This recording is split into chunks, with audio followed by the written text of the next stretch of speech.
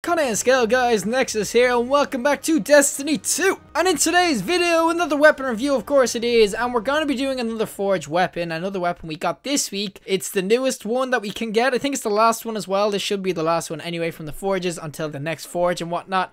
And it's going to be the STRYKER'S SURE-HAND. Now, it is going to be a sword, so we're going to change it up. I'm not going to go into PvP with it because, honestly, it's a sword. Like, it's going to be a one-shot if you swipe at someone. Nothing too special anyway in PvP. Like, I mean, swords are swords. What I'm going to do is I'll do one, like, round in the forge itself just to showcase it there. And then we'll do another round in probably Gambit or something just to showcase it. Now, the reason I'm doing this video, you're probably thinking, oh my god, it's a sword. Why the hell would you do a video on a sword? I mean, it's just swipe it. You just swipe with it and you hit people and you get kills. The thing is, I've seen in the community and stuff, I think Aztec Cross or whatever his name is, I think they might have done videos and stuff in it as well. Apparently with this sword, if you get a certain role or a certain perk called Surrounded, you can see it there, you can dish out some immense damage with this thing. Apparently you can just hit like nearly sleeper damage. You can get up to like 100k damage per like shot and stuff. Pretty damn sweet if I say so myself. That's why I want to review it. So without further ado, let me go in and show you the role I got.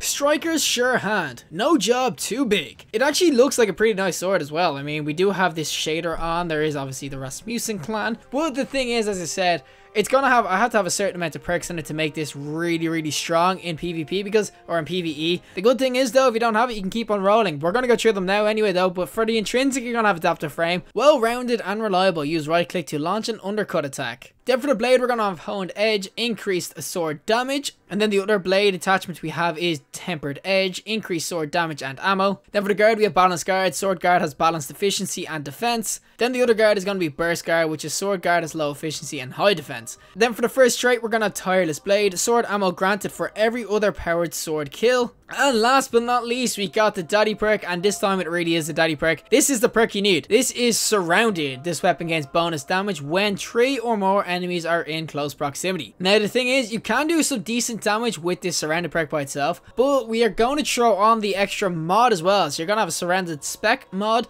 which increases the damage granted by Surrounded. Bonus damage lingers for a brief time when no longer surrounded by 3 or more enemies. So not just the damage you're getting from Surrounded, you're getting a bit extra, and plus it will last a teensy bit longer. And also I do have a masterwork of impact, so I have even more damage going for this. But that's it for the role I got, so without further ado, let's go into the forge and test this sword out. Alrighty, so welcome to Volunder Forge. Of course, I'm going to be doing it here because this is where you actually forge the sword and stuff. I'm not pretty much going to play through the whole forge. I'm just going to like play a bit around and then get to the boss and stuff because honestly, there is pretty much no point to you guys watching me do this crap. But we can take the sword out if you want to look at it. Like, look at that stuff.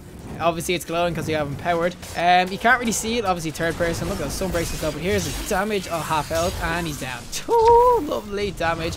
We didn't have Surrounded on though, that's just a normal sword, but we do have a lot of impact because we have that impact masterwork and honed edge and stuff. I'm going to showcase when you get surrounded though. Is there 3 or more enemies here? I want to see how long that actually timer lasts for. Anyone want to just show up and get me surrounded?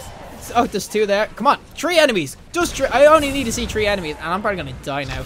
Come on, 3 enemies would be nice. Just 3 enemies. Come on. Come on. You know you want it. There we go. Surrounded's on. Surrounded's on. Okay, we're going to unproc it. No, not now. 1, 2, 3.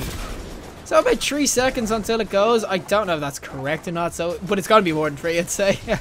It's going to be like 3 or 4 seconds. That's not bad at all. I need to start killing stuff though. So I will probably see you guys at the final boss. Alrighty, 20 out of 20. Did not take that long at all. We are pretty high leveled and stuff like that.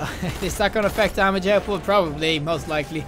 But we're still going to be doing some mean amount. And the only one problem I'd say swords are going to have is just that their ammo size. And that is me dead. Okay, good start me. Come on, we can get him. Yous are going to melt him before he goes down, aren't you? Oh my god, yous are. Guys, no, guys.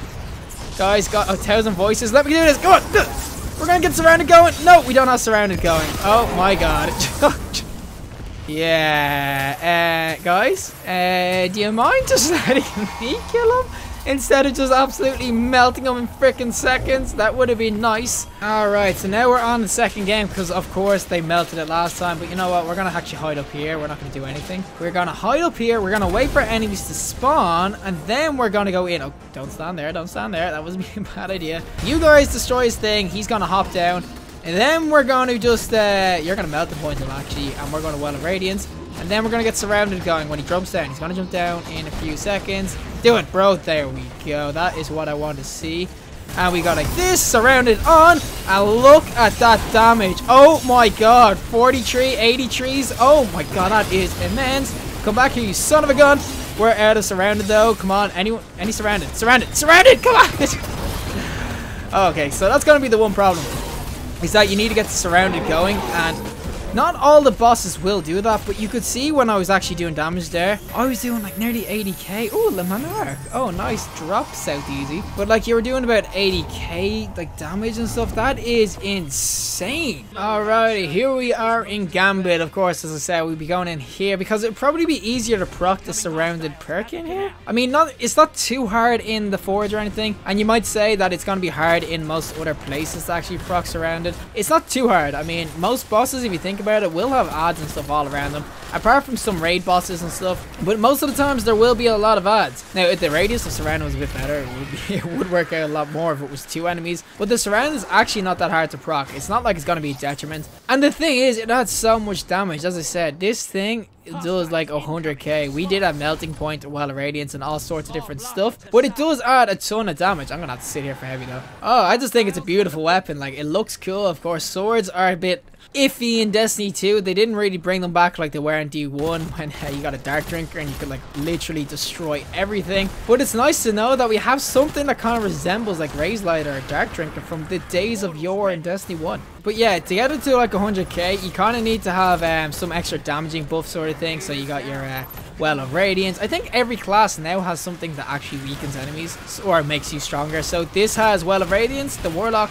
Hunters have the crouch, and then if you knife someone off, if you go invis or the way of the path or whatever it is, I think you then get them and then you punch someone. I think you then injure someone. But look, that's the problem I was talking about. There's a heavy brick. That's only about 8 strikes. Now that's 8 by 100k. That's about 800k damage if I get the full damage going. But it's still annoying. I'd love to pick it up more. But as I was saying, there is every class that can actually just decrease damage and stuff. So obviously this Well of Radiance, the Hunter, that like Night Stalker move where you like go invis and then punch them, makes them weaker. Can't remember what it's called. And then you've also got Melting Point on the Titan, so it is a viable option for every class as well. It's not like it's like, oh, only Warlocks can do this with their Well, or only Titans can do it with Melting Point. Every class can do it, which is pretty nice. And we're gonna have to kill this guy. Come on, come here. There we go. Look at that, one tapped with the L's stupid Telesto. It's actually such a good gun. I would advise people use a PvE, especially if you're going to be doing this sort of strat. Oh yes, here we go though. Full ammo, full everything. You melted him. We're going to actually do this, and boom! We have surrounded going, and of course we're going to do that. Let's get back. Well, let's see the damage.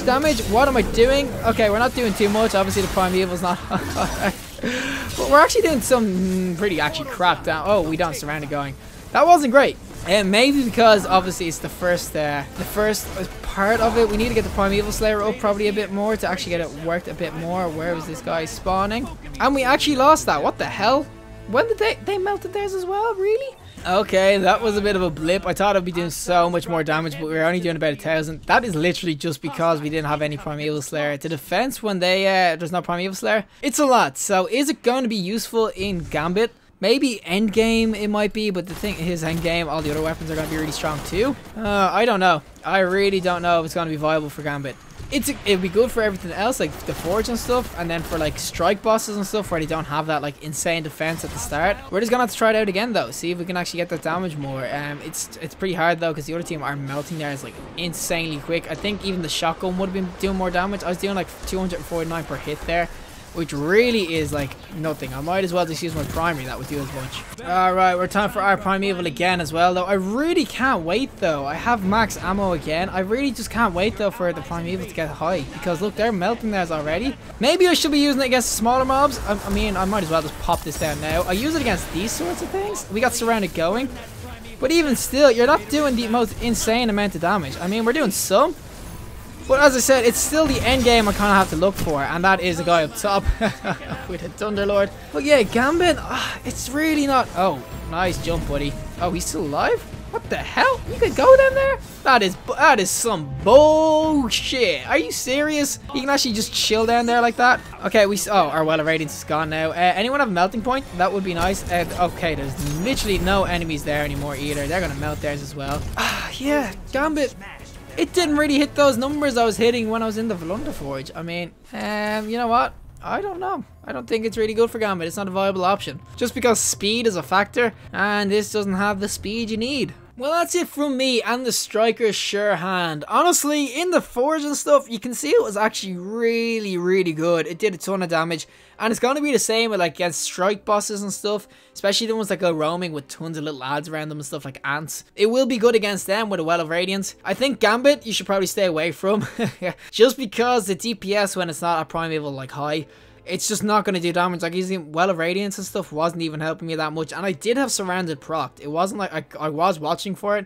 It wasn't like I didn't have it. And I was only getting like 230 per hit. So like about, what, 1,000? Because it does about 5, I'd say, in those swipes. So it wasn't really doing much in Gambit. And I'd say it's more endgame. So I should probably just sit back and kill like the wizards and stuff. Maybe you do that. But the thing is, in Gambit nowadays, because of different types of weapons, people and the Hello Shoddy and stuff like that, people are just shredding the thing in a couple of seconds. So it's very hard to actually get a high Primeval Slayer unless you're constantly invading. Maybe it was just that game, I just didn't do too well in it. Don't get me wrong, I'm not saying it doesn't have the capabilities. It still does have that capability of getting to like 100k damage, but in Gambit it's just a bit too inconsistent. It's too much relying on that you're gonna have a longish round of a Primeval. It's not something you can kind of really melt with at the start. But hey, definitely in all the other places like the Forge, the Strikes, any sort of like yellow barred enemy, if you're gonna go into like kill things in the L sort of like loot sectors, those engrams and stuff, public event bosses, this thing will destroy for you, especially with like a Well of Radiance. But the thing is, like, I know what all you're gonna say, is it worth putting on, is it worth using? For if you want to risk it, it's really definitely worth it, but it is a risk. Obviously using Sleeper and stuff is just more consistent, and using like other power weapons like exotics are always going to be more like consistent and stuff, because that's literally what they're at. This is really reliant on the Surrounded perk proccing, and then probably a Well of Radiance to buff it a bit more. But as they say, fortune favors the brave. So if you want to risk using this, well, not really risk, if you want to use this and you want to use something else as an exotic, you can do it. But it's definitely worth getting. It is this week's frame, so if you're going for powerful drops, you might as well get it. It is obviously good for the collection and stuff, and I think it is the last weapon. But regardless, if you liked the video, just like, and if you want to see more content, subscribe. Have a fantastic day, and hopefully I'll see you guys in the next one.